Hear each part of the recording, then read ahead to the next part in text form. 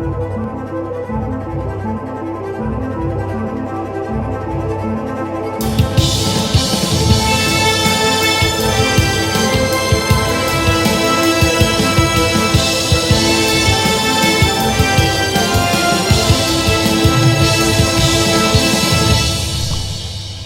and gentlemen, boys and ghouls, to all of our non-binary friends, everyone on the spectrum, and in between, my name is Ken Stacknick, and we are here for another episode of The Shutter Show, and I am here with my co-host, David Marlowe. And David, we are here to talk today about a little movie called The Strange Color of Your Body's Tears. Mine are purple.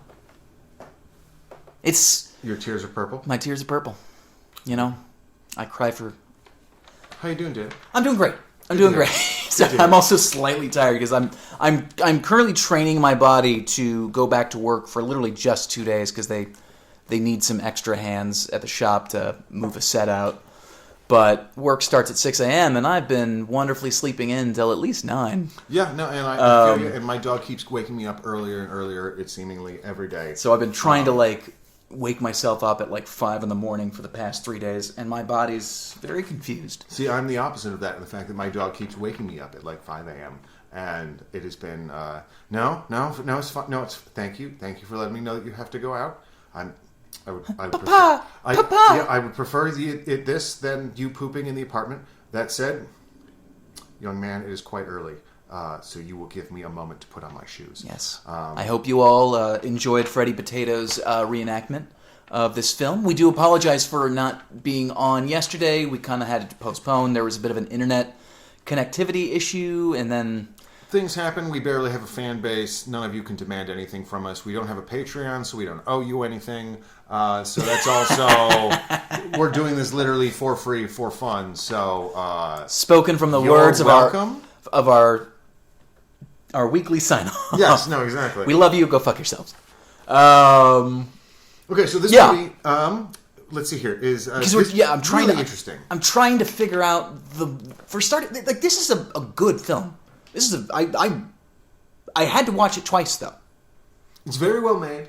It is also, it is, as someone who has seen a ton of giallo movies, of which this is imitating and emulating, actually, is probably a better term. It is the most giallo that any giallo had gialloed. It seems like every single shot is a specific reference and crafted in such a specific way to invoke this very, very, very specific movie style in the 1970s in Italy. The cinematography in this emulates what you saw in the giallo movies in a way that is not... It's not an impression. It's the way it was. They wanted to... and I've read a couple of... Because really, there's very little in terms of video interviews and commentary to look into. So, primarily, I learned most of what I did from looking up several articles, including a couple of interviews with the directors. And one of the things that they want to put across is that this is in no way, shape, or form an homage to giallo.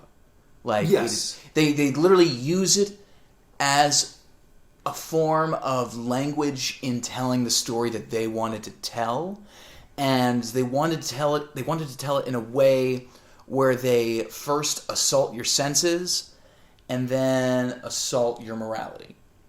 Okay, interesting. Yeah, it's and I think I gave you a recent fact that you weren't very aware of, which I think is fascinating, and it's that there was no sound recording when they were filming this. Now, this is what I took off of a couple of interviews that I had read from them. And I'm sure if you go into more detail, maybe when there's more dialogue-heavy scenes, maybe they were recording dialogue for that. But even then, the Italian seems very... it's French, actually. Or, sorry, not French. Yeah, sorry. The French seems very... glitchy, I think maybe is the best word that I would use for it, when watching the film. But they just filmed it. They didn't record any audio, and everything down to the breathing, to the footsteps. Everything's full ADR. Everything is full ADR. And when you see some of the scenes, especially the point like where he loses his face and the killer puts his face on, and it sounds very simple the way I'm saying it, but the way it's portrayed is trippy as fuck. Oh, there's nothing in this movie is portrayed simply. It's not just an over the shoulder or a wide. Everything is not only tripping with style, it's like marinated in style and then pulled out and served with like style au jus. It is just, it is absolute non-stop, a hard choice and perspective. Like they just set up the camera and they happened to get this shot. Everything is manicured.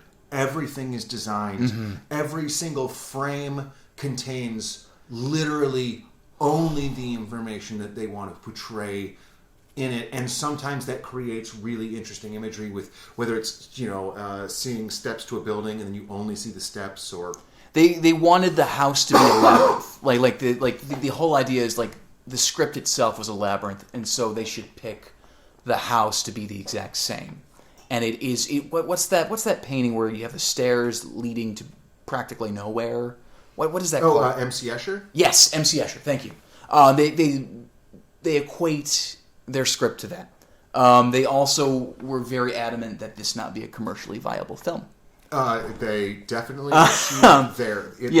This is definitely like a footnote movie. I'm kind of surprised I hadn't heard about this movie until I kind of just came across it on Shudder and was like, oh, that looks kind of like a giallo. I haven't seen that when that came out. And then I was like, oh, this is 2013. Okay. And then it becomes this very interesting line. Like it is one of the first movies that I have seen treat giallo like its own specific genre, which is what I think they meant when they said that like it's not an homage to giallo movies, in the same way that like Friday the 13th isn't an homage to horror movies. It's got the horror movie stuff in it, but that's not what an homage is. It's doing its own thing differently, and that's what I think they kind of did with this. They made the giallo, or gialli, I've heard it pronounced both ways, its own thing, and it was inspired by that, and also is it in a very pure way, in so much also that like the mystery's kind of hard to follow, and that tends to be the way. Like there are some giallo movies that have stories that make sense, but most of them are because we've done 2 giallo movies at this point now, right? We've done Zombie and we've done we did The Fifth Chord. All right, so Fifth Chord would be a giallo. Okay. Zombie would just be an Italian exploitation film from the 70s. It's just, so the giallo genre comes from the yellow paperbacks that were printed that had a film noir-y, stabby, murdery, naked, sexy time kind of a story in Italy, and they were printed on yellow cheap paper, so they became known as giallos. They were like kind of the original airport novel, for lack of a better term. Like you were buying them because they were pulpy and fun, and they also had a little sex in it, and like also was pretty exciting. It wasn't Russian literature. It was, you were going to have a quote unquote good time. You're not going to go see Summertime, the Russian play. A bunch of rich people complain about being rich. Yes, exactly. It was very loud and clear that it was not that kind of a novel, not for that kind of a person, and very Baroque. Yes, and so then the giallo film genre were movies that were based on those books and were very much inspired by them, but then started taking on new aspects of their own, including leather gloves, a fedora hat, strangulation and knife killing specifically. Yeah, you said J&B vodka? J&B whiskey. Whiskey, okay, there we go. Usually set in Italy, usually some sort of fish out of water story. So it's like an American in Italy or a English person in France or a different city, because they weren't all just contained in Italy. And then a lot of times they would involve either the fashion industry or dancing in some sort of a way, which would give you access to a lot of beautiful women. Let's see here. And then also just really strong lighting, like really strong atmospheric lighting and color started to become bigger signifiers of the giallo genre, kind of as things have gone on. And there's so many things about this that just like the color of the green plate glass windows is such a specific shade that I've seen in so many giallos. Interesting. And it's so minor, but it's so specific, and it's so perfect. Like that's what's amazing about it. It's just like, oh man, this is one of the only movies I can think of where I want to talk to the color correction person about what they used as reference for these colors. What were the quote unquote rules that you discovered to get those kind of skin tones, to get those creamy crisp blacks, to get the way that the white blooms it's a little too vibrant. It's like they shot it on film and it just a little overexposed. Yeah, it got away from them a little bit, and it's all of those little balances that and then every single one of them they got right. That's what I think is so incredible about it. You might find this movie confusing. You might not really like this movie's visual flourishes. Don't watch this based off of any review you've seen, because most of the reviews that I came across in trying to just get an overall feel for what this film was about, it became very obvious that they were looking more at it from an entertainment perspective. Yes. And even though they understood that it was a giallo film, I don't think they... And this is coming from someone who knows very little about giallo. You are much more the giallo expert. I have a giallo problem, yes, to be fair. Whereas You've seen the couple that I've recommended to you. The couple that you've recommended to me, I'm sure I've watched a giallo film by accident. Mm-hmm. And not realized they tend to be pretty rad. Yeah. But a lot of the reviews that I saw for this, they understood that it was a giallo film, but I don't necessarily think they understood giallo. I would stylistically, this movie is it is a, which is perfectly fine, by the way. No, just as a reference, as a filmmaker, there are some movies that do everything all the time and are crazy. And great examples of them and movies that I love: Speed Racer, Ocean's 12. Let's see here, Flashdance, Scott Pilgrim versus the World. Movies that, if you are a filmmaker and you are trying to figure out, I don't know how I'm going to tell this story, and you want to shake things up, these are movies that do borderline everything. And between all of them, absolutely kind of do everything. And me, are great movies to help shake loose my creativity. So you're saying Speed Racer is actually a good movie? Oh, yeah? Speed Racer absolutely rules. And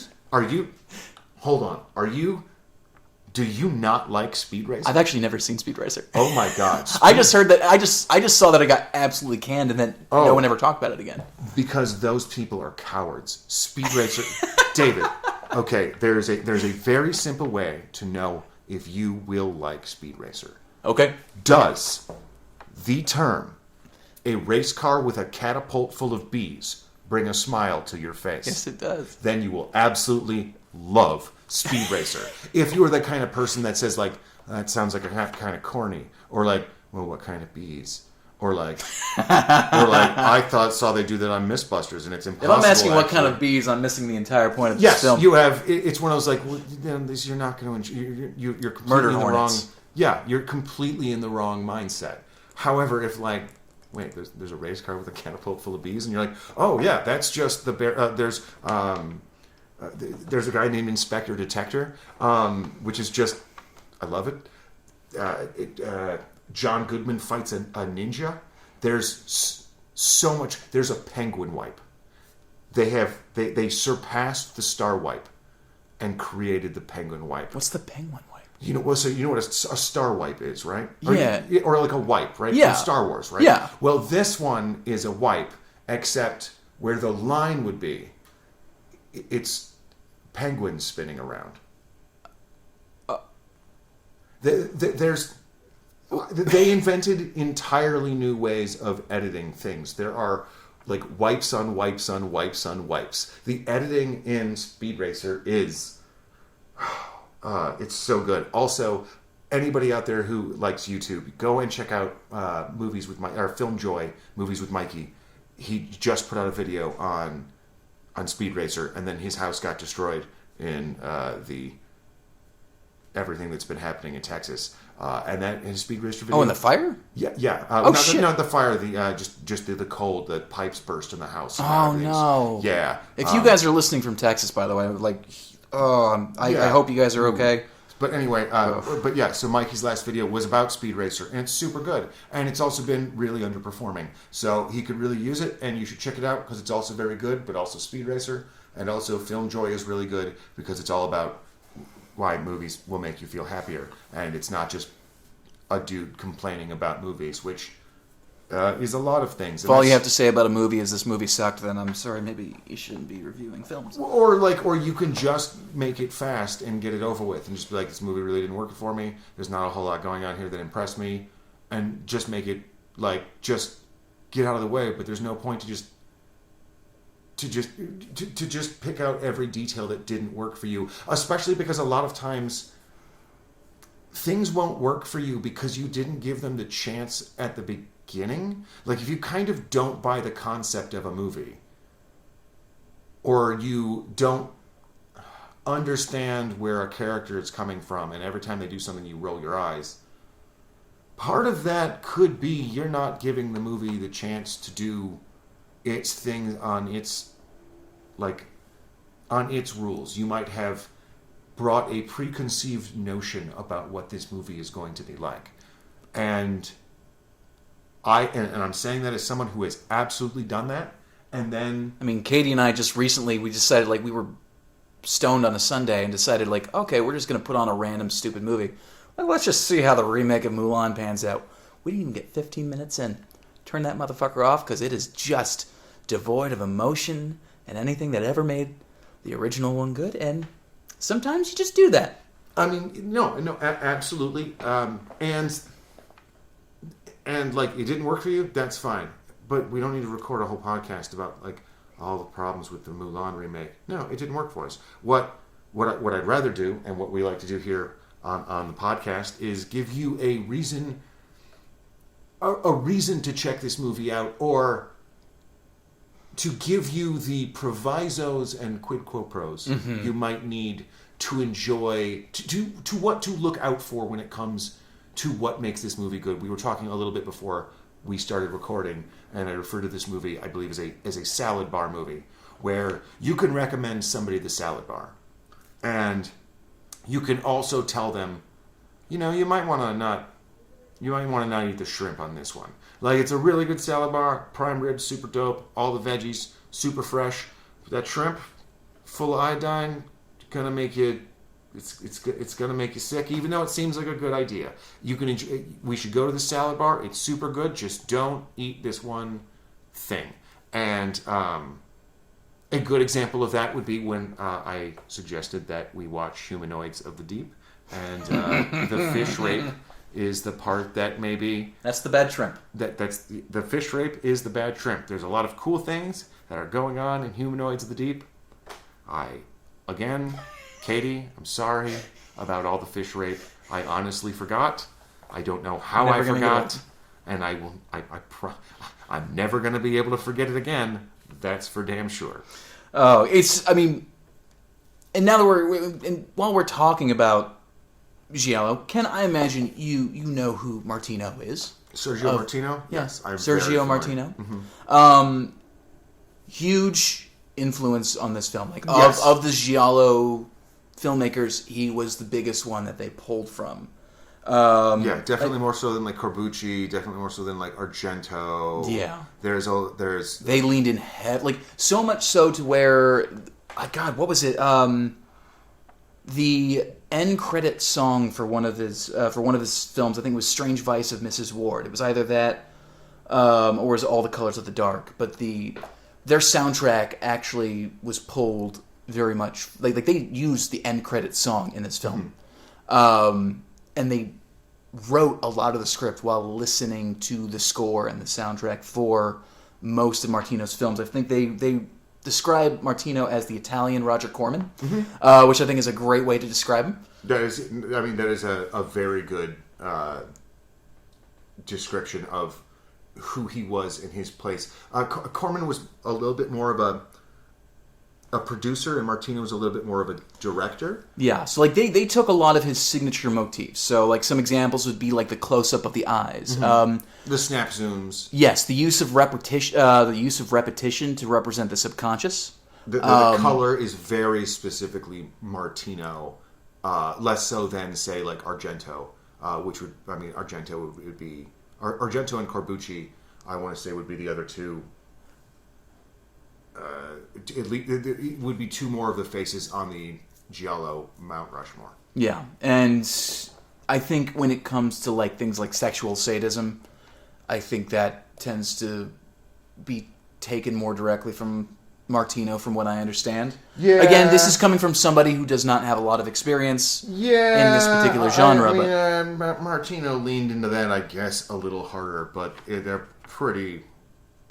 But once again, like they're also telling their own story, and they're literally just using this as a language. No, totally. It's one of those like, yeah, he did that. So did everybody else, kind of. Yeah. So it's a little more like, it's kind of everybody. Like it's like talking about nudity in slasher movies in the 80s. Like not all of them did it, but most of them did, and it was pretty pervasive across some of them, and some of them did it better than others, but. You couldn't be like, the overly sexualized Halloween, and you're like, I don't know, they're all pretty sexualized. But they even went so far as to like take the titles and put it into their own titles. So this is The Strange Color of what was it? The Strange Colors of Your Body's Tears. Mm-hmm. They took that from things like The Strange Vice of Mrs. Ward, All the Colors of the Dark, Your Vice is a Locked Room, and Only I Have the Key. Mm-hmm. Oh, that's one of the best through-line pieces of Giallo movies is almost all the titles are absolutely insane. Four Flies on Grey Velvet, Lizard in a Woman's Skin. Sometimes it's simple. It's just something as simple as like Deep Red, which is really great. Or Bird with the Crystal Plumage is another favorite of mine. Twitch of the Death Nerve is a great one. Again, it goes back to their roots of being like a paperback that, in theory, that you're going to see like in a pub, or you're going to see at a bodega, or you're going to see at the airport, and you need something to read for the next couple of hours because you're going to take the train somewhere, and you want something kind of fun and sexy, and so, what looks good? A Life of Two People, or a book called, A Man and His Pigeon, and then you see Twitch of the Death Nerve, and you're like, all right, that kind of rules. Yeah, I think that stands out. Yeah, I think I'm going to go ahead. I think I'm going to go ahead and pick that one. Yeah, this was a film that I needed to watch both times. It turns out that was 100% the intention in how they were creating it. Was they want you to watch this film more than once, because every time you watch it, you're going to pick apart different layers. I had to watch it because there were so many times where there were points of repetition, and I thought I was accidentally leaning on my controller and hitting rewind by accident.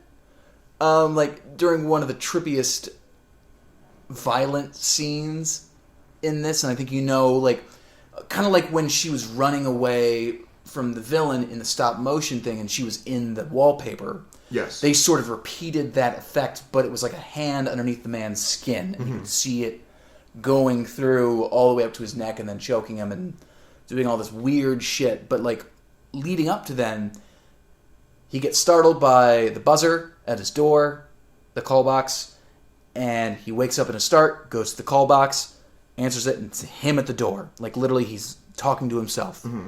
Some weird thing happens, wakes up in his bed, goes back to the call box, and just it repeated itself so much to where I was genuinely confused, like not in a bad way confused, but I'm just like, what's happening to my brain right now?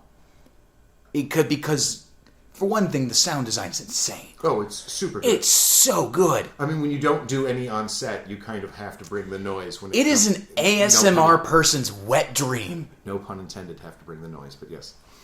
Like it's a weird form of like ASMR porn. Yeah, everything Also, is slices and fabric rubbing up against each other. Leather, leather gloves, hands, skin feeling things. Like, yeah, it's all like even something like breathing, footsteps. Everything in this has a purpose. Mm-hmm.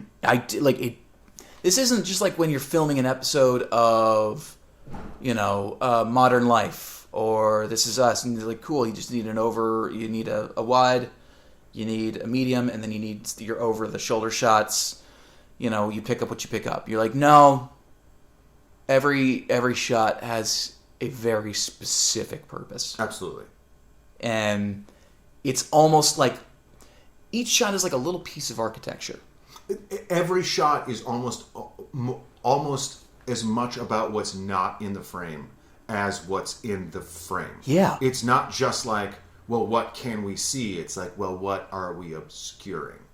Whether it's just an unbelievably close-up, extreme close-up on the eyes, or just the way that they will frame a building to only show off one particular structure, or just using the like what you referred to kind of as a stop motion effect, but it's actually what's closer to something that I saw in what's it called, Slumdog Millionaire, where they shot a bunch of parts of the scenes where the main character is like reminiscing about the girl that he likes with a DSLR still, so just like a traditional camera, and then ended up shooting at something like 6 frames a second, so it kind of has this stop motion, stuttery. There's no smooth motion to it, but the images do progress. Yeah. And yeah, there's just let's see here. With that, well, and then there's what was it like? Even the shot where he's in apartment number 7 with the old woman. Yeah. And which I love, by the way, where she's sitting in the chair and you really only see her legs and her hands. And it's really fucking creepy. When she's nude, right, and she has the switchblade, right? No, where he's like trying to light the matches. Okay, yeah, no, there was the other one I was thinking of is which that was in apartment 7, right? I think so. Which a very giallo thing is like, oh, there's a twist. Mm-hmm. That literally twist. Yeah, there's well, kind of what you were saying, like. There's a plot that's very hard to follow, and there's usually a reveal at the end. Like it's a twist, like you should have seen it, but you're like, there's no way. There's no way I would have ever put that together. Yeah. Oh, turns out the woman was wearing red shoes on a Tuesday. And you're like, how would I know that? Of course. Yes, but sure. You're like, oh, it turns out apartment 7, and you turn it upside down, it's an L for Laura, who's the killer. Spoilers. I mean, yeah. Yeah. At this point, if you're this far into it, it's if you're probably fine. And also, it's not the kind of movie where even if you know that it's going to spoil anything. Well, it's kind of already revealed even before then. Oh, something I wanted to mention. The main woman in this, her name is Edich, which is clearly a reference to Edith Finch, who is the Jamie Lee Curtis, essentially, of giallo movies. She is A, gorgeous, but B, was in like a ton of the best ones, and it's one of those I think Edich might even be the first word that's said in this, and as soon as that happened, I was like, oh, all right, this game, all right, no, I see, because that's the name of his wife, right? Yeah, this Dan and Edich. Yeah, like they came to play. like it's one of those just like it's like when if you see the J and B and you're like, all right, they did their research at least, like, right. even if I didn't like the movie, which I did like the movie, it's at least you're like, all right, at least you got the details right. Mm-hmm. At least you. Oh, these people know they know their stuff. Yeah, they're. And what was they? I think they said that they were working on this film for like 11 years. I mean, it seems like it's very certainly writing it for 11 years. Well, it's so meticulous, and there's so much going on in every scene, in every shot, that I kind of feel like, well, yeah, of course you'd have to take all this time. Like, either these two are like two of the most visionary, amazing directors ever, and I'm not saying they are, but there's just a lot going on in this movie, and there's just a lot of details, a lot of T's to cross, a lot of I's to dots, a lot of things that are just not going to happen by accident. Period. Mm-hmm. Like, it is the kind of thing where you can't just say, like, get me a library location, and any old library will do because you just need a place with books. Like, it needs to be a place like this with these kind of stairs. It needs to have this kind of aesthetic to it. This person needs to be wearing these clothes. We're going to need a camera that can get in, up against the wall and top down. So you're talking about like bolting it to a wall. Because when was this movie released? It was released 2013. Okay, so it's older. Oh, it is. I mean, it's like not older, but like it's compared to the Giallo movies, which are going back to the 70s. Yeah. So we're talking like God help us, almost 50 years. Like, oh God, I'm so old. Don't make me almost 50 years now. Like, I mean, some of them 50 years. So this is, I mean, for Giallo's actually very new.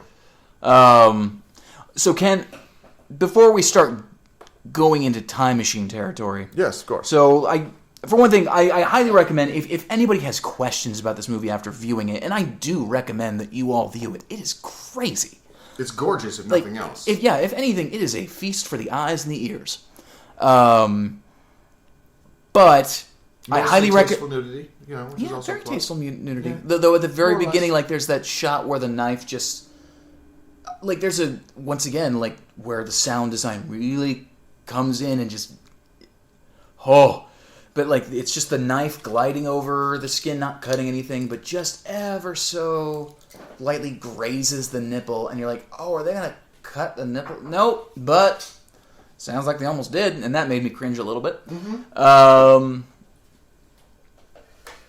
But yeah, without again spoiling more than I already have, I highly recommend you check it out. And if you have questions, there's a very popular magazine called Electric Sheep Magazine, where they do an interview with the two directors. I highly recommend you look that up, because it does answer a lot of questions that I had. I also wrote down a list of the questions that remain, Ken, and I'm gonna throw them your way. I want to see if you have answers for me. If not, I will do my best. If not, I totally understand. So, who is Dora, and what the fuck is she doing here? No idea. Like, I guess that's an old girlfriend from 20 years ago who's also an old woman and wants to stab him, and it's literally like it's not even a 2-minute scene, and then she doesn't. She gets in a cab and leaves, and then that doesn't. I thought she at first I thought she was like a ghost or like a personification of his relationship, like there was some sort of like, oh, okay. Whenever you see this person, you just see like the long-term relationship you're going to have, and you're going to grow old together. And so you're seeing her as this old woman because like you're afraid of the commitment, and then nope, she just gets in a cab and goes away. And so she was in fact a real human person. I think so. She could be a metaphor. Because there's another old woman in this too, and that's and at the beginning of the film where her husband goes to check out the noise, and which I thought was a great scene too. And I won't talk anymore about that because I just loved it. And I guess so I guess that sort of answers my question. Another question: what's up with the child in the nudie mag? Again. Really wish I could answer these questions for you. Wasn't really on set, and it is one of those movies that asks a lot more questions. I mean, like the head wound was supposed to be like a vagina the kids saw in a nudie mag. There is a lot of very vaginal stab wounds. There's a real Georgia O'Keeffe kind of a thing going on through most of the murders in this movie. And the ending is just, I'm like, what? Okay. It is one of those, like, that's where a movie like this really benefits from a director's commentary or a booklet. Which they will not provide us. Which they will not provide, and this DVD is like $100 and is out of print, and it contains no answers. I did not buy it, but I did look. I tried just to see if there was more information. Is that more expensive than your copy of Spice World? It's probably that one's probably a little more expensive than Spice World. Spice World might have fluctuated. It was like $100 last I checked. It might have dipped down. What a weird thing. It is. I mean, spice up your life. It is a great movie. Super fun fact, David. If you look at the shelf right now, you will see directly next to Speed Racer is Spice World. So that's bringing us full circle. Oh, baby. Or at least half. Let's see. Because I think in there, like, I asked why the stop motion, which was the stylistic choice, I'm assuming, to create a dreamlike atmosphere, to allow them to probably also shoot some sequences that they just maybe wouldn't have the money to shoot in a more traditional way, because this movie definitely spends its money, but it definitely also is spending its money in very specific way. Like, every dollar of this feels like it was very well attended to, where a lot of movies feel like sometimes, like, did your producer just have like a shotgun full of $100 bills and you just run around the city firing it at people at random, and it was about as financially reasonable as firing a shotgun full of money at somebody? Because I've definitely worked on both styles of production, and this feels like a movie where every dollar was accounted for. Or this movie cost like $80 million and they haven't really worked again because they were like, all right, yes, we see where the money went, but also, hey, not cool.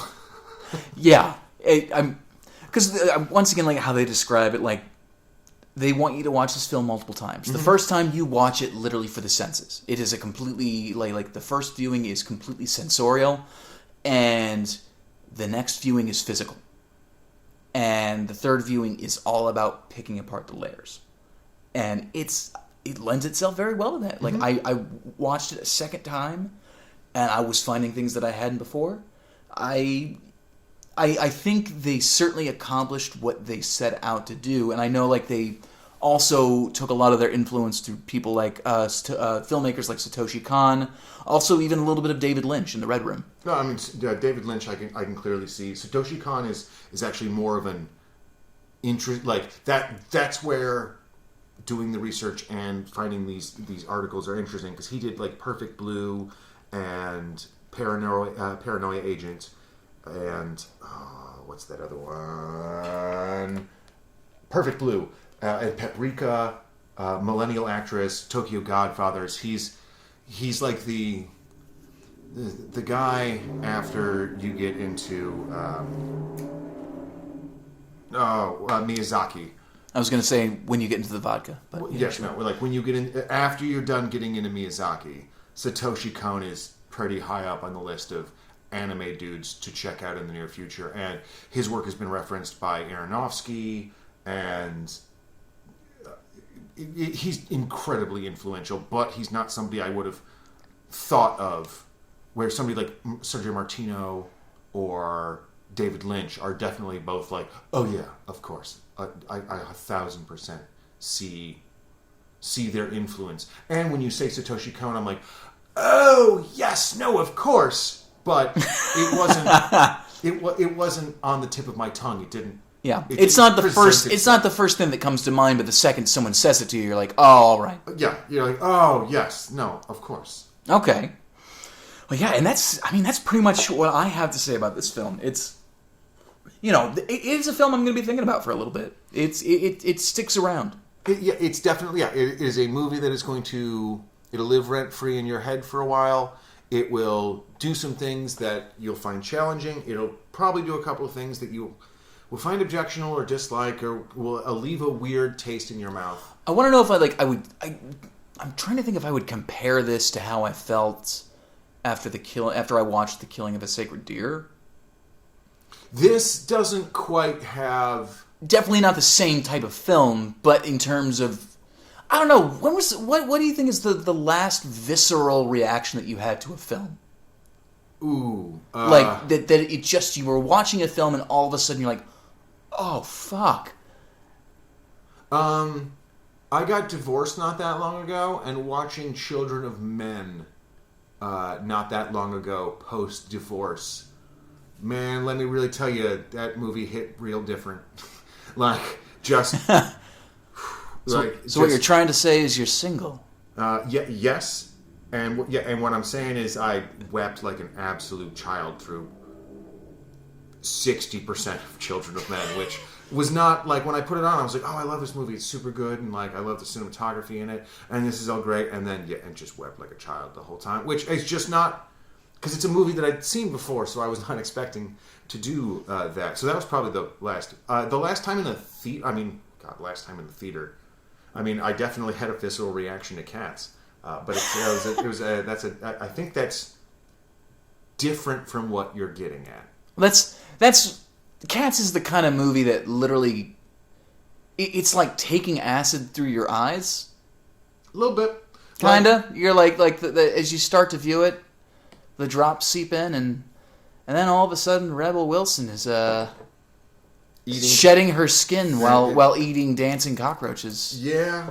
I will say this, as someone who owns a copy of Cats, it is worth getting a physical copy so you can go into the special features, and what you want to put on is the descriptive audio for the hearing impaired, which essentially turns the movie and its audio track into what can best be described as a incredibly overly descriptive radio play. And let me tell you, the legwork that they are doing to describe some of the scenarios in Cats are fantastic. It is like... I'm so happy I saw that film with you. It goes up there with the great pleasures of behind-the-scenes movie stuff. Like when you found out when they made Call of the Wild, there was a guy who did all the mocap for the dog. So there's an incredible amount of behind-the-scenes imagery of Harrison Ford interacting with a tiny man in a gray motion cap suit, like emoting very hard at each other because he's playing a dog and Harrison Ford is trying to interact with this man who plays a dog. And it just looks like he has a little gimp friend who's got like a really weird outfit. And every single time, this is why we love film. every single time I see one of those behind the scenes images, it is a gift, and it is a breath of fresh air on yet another incredibly stale day because, god damn it, this fucking quarantine. Anyway, David. Yes, Ken. Do you think it is time for us to perhaps bend the laws of space and time and travel into the future and watch two movies that... Katie, I'm sorry. These are two movies... you warned me via text ahead of time, too, so now I'm very, ruh-roh. I decide... So there are two movies that I know are incredibly problematic and insane and on Shudder exclusively, and good for them. David, do you know who Danzig is? God, why does that sound familiar? He is a heavy metal guitarist. Oh, yeah, I know Danzig. Yeah, he directed a movie with a bunch of porn stars in it. That's pretty insane. That's called did he now? Veronica. So that's the first movie that we're going to watch. The other one that we're going to watch is literally just called Porno. So, Oh, I keep seeing that pop up on Shudder Night. I'm like this. I saw the trailer. Like, it's not. I'm not. I think this is a good selection. I'm noticing a theme. Ken, are you okay? I mean, first off, we're all very. Did horny, you wash your David. hands? Is all I want to know. I of course washed my hands. And David, everyone is very horny now. I'm sorry. Not all of us are engaged to beautiful women. Okay? But these are also two, from what I've been told, insane and fun movies. And so it seemed like a good pairing. And I love me an insane and fun movie. Yeah, and I just assumed that you probably hadn't seen them. I'm going to assume because your wife wouldn't let you. So, David, while I open the door here, and program in a couple of minutes from now. You want to just get the door behind us here? Yeah. Oh, I'm sorry. Where am I? Wait, my feet. I don't know why it was just the... I I don't know why the thing made the McDonald's. It was just a coincidence. That's what 4 minutes from now Is there sounds McDonald's like. here? There's not McDonald's here. Fuck! We had tacos before, but I ate them. Anyway, all right.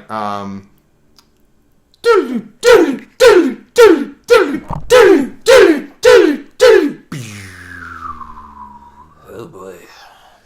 David, how do you feel now that you've seen two movies that involve pornography? Ken, Well, just the trailers anyway. Ken, we're gonna have to get very close. It's true, and not just for warmth. No, because Intellectually. regardless of which film I pick, next week we're gonna have to talk about pornography. The P word's going to come up. Yeah, porn. Yeah, that's the P word. We'll be talking a lot about it. Mm-hmm.